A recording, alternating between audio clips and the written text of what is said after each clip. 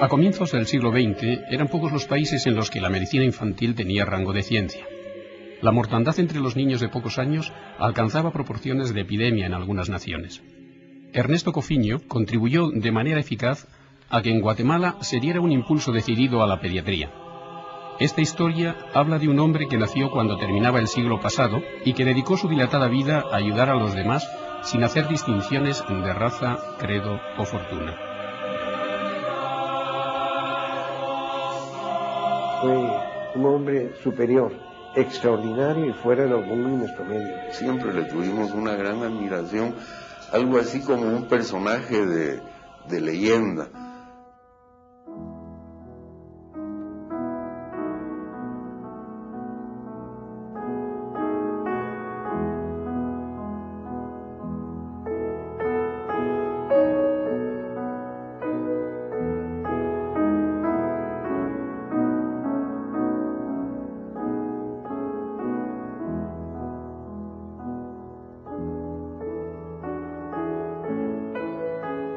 El abuelito de ustedes nació en 1899, nació en Guatemala. Todos sus demás hermanos, que eran 6, nacieron unos en la Antigua, los últimos 3 nacieron en Guatemala. Imagínense, en 1899 era el siglo pasado, pues él era un hombre del siglo pasado. Su papá se llamaba José María y su mamá se llamaba Clotilde. Mi abuelo era un hombre sin duda muy duro, muy rígido en su forma de educar a sus hijos. Sin embargo, mi papá con el tiempo le fue adquiriendo un cariño tremendo.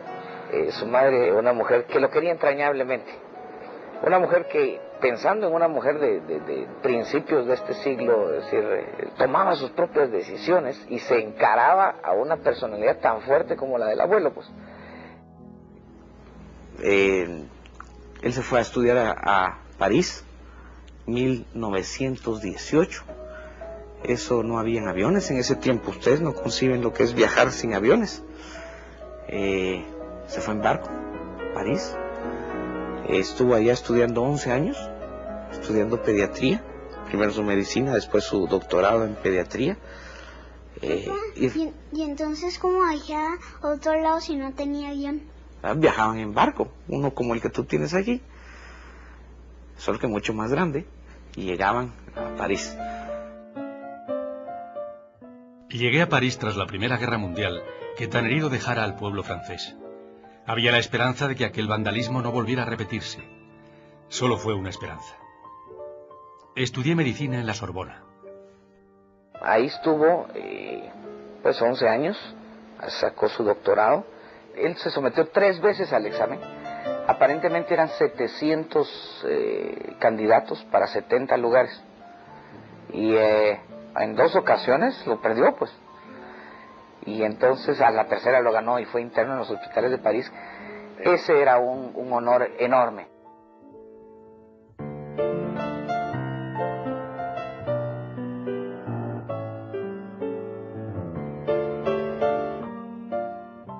Su maestro fue Robert Debré, por quien él tuvo una admiración profunda. Y su maestro lo quiso mucho y lo distinguió mucho.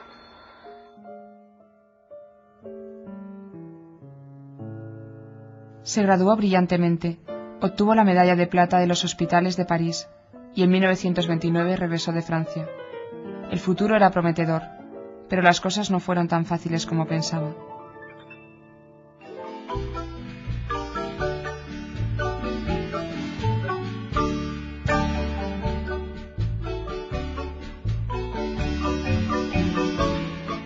Él vino a Guatemala, básicamente a hacer de todo. La pediatría en Guatemala no existía. Sí, habían médicos que se dedicaban pues a tratar a los infantes, y generalmente la técnica era use la mitad de la dosis de la que se da a un adulto, y mucho de curar niños diciéndoles, bueno, déjelo que no coma, téngalo agua, y generalmente el niño se moría. Tuvo incluso muchos enfrentamientos de ser el médico jovencito que viene y qué me va a poder enseñar este niño a mí que he sido médico tantos años. y tuvo que oponerse a grandes médicos que habían en Guatemala, pero que tenían este desconocimiento de lo que era la pediatría. Tuvo que avanzar a contracorriente, frente a viejos prejuicios médicos, y logró salvar la vida de miles y miles de niños.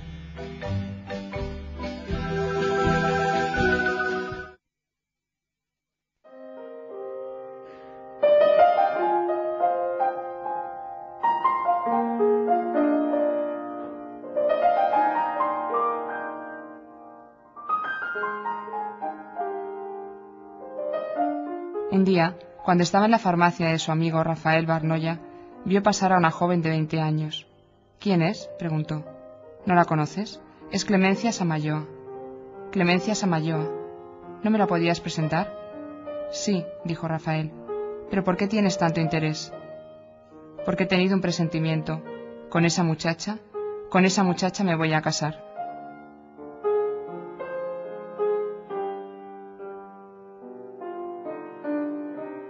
Así fue siempre, intuitivo, rápido, animoso y firmemente decidido.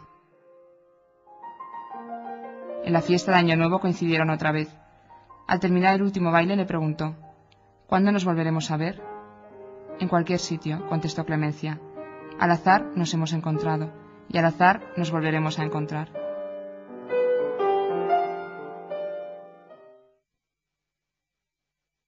Pues se casaron en 1933, tuvieron una vida muy felices, muy juntos los dos. Somos 5 hermanos. Ernesto, que es el mayor, que nació en el 34, y de ahí venimos todos nosotros los demás. Hasta que nací yo, que cuando yo nací, su abuelito tenía 57 años. ¿Ves? ¿Y tu mamá 46? 46. Porque mi mamá era 11 años menor que mi papá.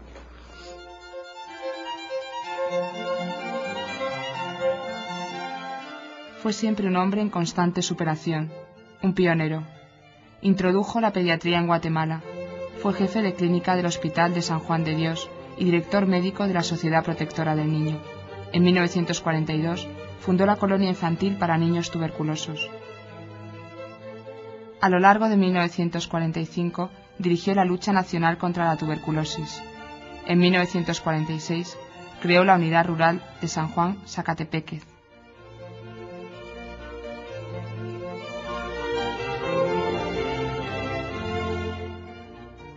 Me ofreció llevarme a trabajar a San Juan Zacatepéquez.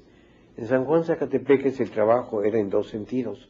Uno era atender la unidad asistencial, donde teníamos un poblado entre los pueblos vecinos y el municipio de 33,000 personas, 3,000 indígenas y 3,000 ladinos. Nos interesaba mucho poder entrar con la población indígena.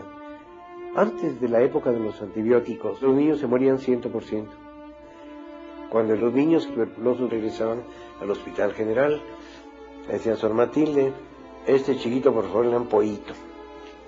Pollito ya significaba para nosotros que había que darle todo el gusto que el niño quisiera, si quería comer esto, si quería comer el otro, porque sabíamos que ese niño estaba pronto para fallecer. Morían los chiquitos, nos obligaba a ir al salón de autopsias para personalmente él mismo veía las autopsias de los niños, confirmar si lo que él nos había enseñado en las radiografías y en la evolución clínica de los pacientes era cierto o no, que nos permitía ver en esos chiquitos sus cuerpecitos desnutridos, carcomidos por la enfermedad. Tuvimos épocas un poco desagradables y muy tristes de recordar, donde el doctor Cofiño recibió un trato inmerecido totalmente, con mentiras, pero mentiras de esas que hieren a fondo, porque lo trataron con adjetivos que jamás me decía el doctor Cofiño.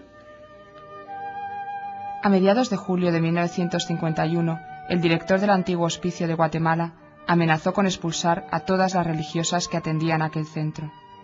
Como respuesta, las vendedoras del mercado organizaron una gran manifestación de protesta. Las autoridades nombraron un nuevo director, Ernesto Cofiño.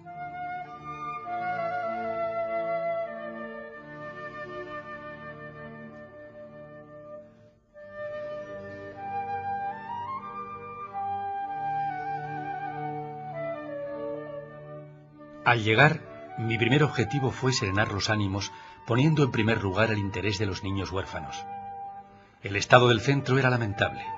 Los dormitorios largos y estrechos, con ventanas de aspecto carcelario.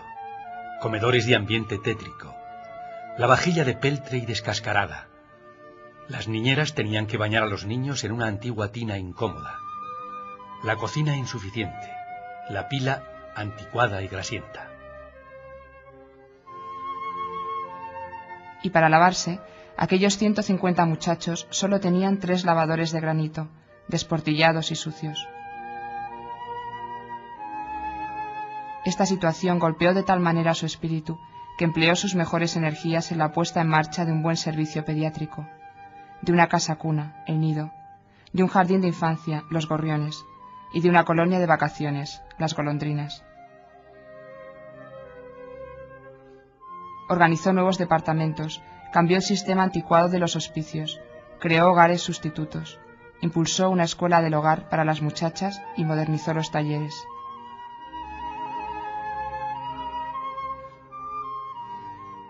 Fueron años de ilusiones y esperanzas, siempre con el deseo de ayudar a esas criaturitas, niños enfermos, lastimados por la vida, por la miseria, por el abandono. Niños que son la imagen de Dios que se repite como en un espejo de 1000 facetas en todo el que sufre. Niño, enfermo, había escrito el fundador del Opus Dei en el capítulo Amor de Dios de Camino. Para un alma enamorada, los niños y los enfermos son Él. Y el Opus Dei, que había nacido 25 años antes entre los niños y enfermos de las barriadas más pobres de Madrid, daba sus primeros pasos en Guatemala, en uno de los barrios más pobres de la capital. Aquí en este barrio fue donde el Opus Dei comenzó en Guatemala, ya que don Antonio Rodríguez vino en el año 53 y muy cerca de acá fue donde se hospedó. En aquel momento un barrio bastante, digamos, pues de extremos y de pobre en general. El segundo día de estar aquí fuimos a visitar a Monseñor Rosell, que siempre estuvo un gran cariño por la obra.